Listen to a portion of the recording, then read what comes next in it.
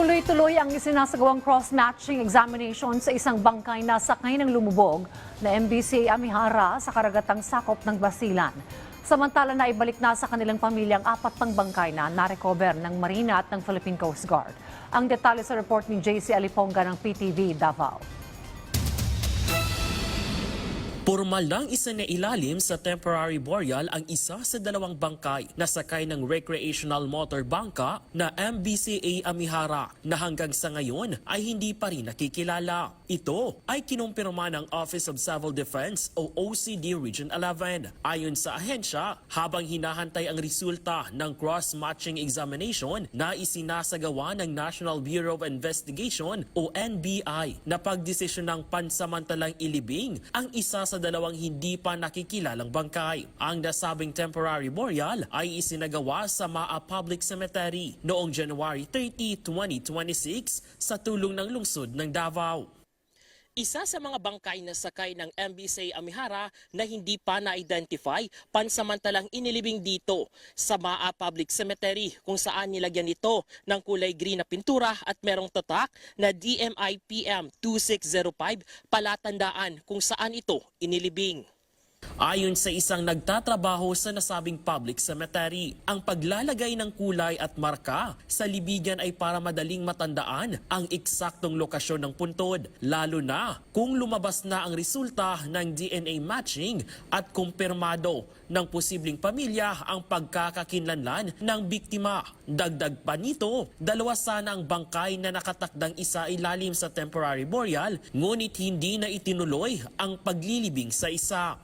Dalawang dumating dito, isa lang yung linibing, may-ari daw yung isa. So, binalik nila.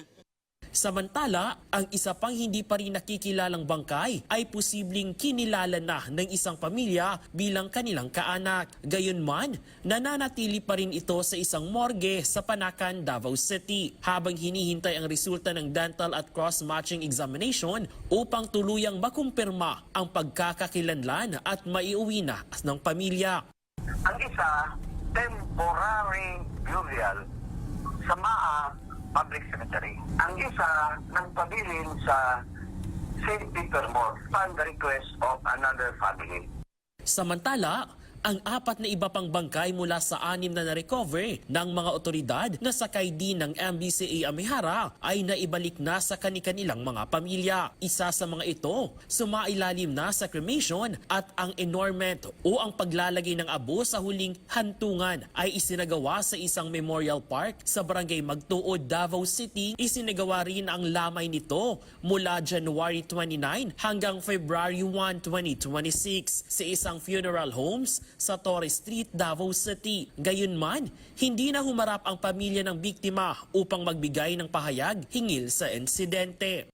Sa ngayon, patuloy ang koordinasyon ng Philippine Coast Guard, Office of Civil Defense at Department of Social Welfare and Development sa pagbibigay ng tulong at regular na updates sa mga pamilya ng mga biktima kaugnay sa search and rescue operation. Sa kasalukuyan, nagpapatuloy pa rin ang SAR operation para sa siyampa na nawawala pang sakay ng recreational motor bangka ang MBCA Amihara, katuwang ang iba't ibang ahensya ng pamahalaan. Mula dito sa Davao City, JC Aliponga para sa Pangbansang TV sa Bagong Pilipinas.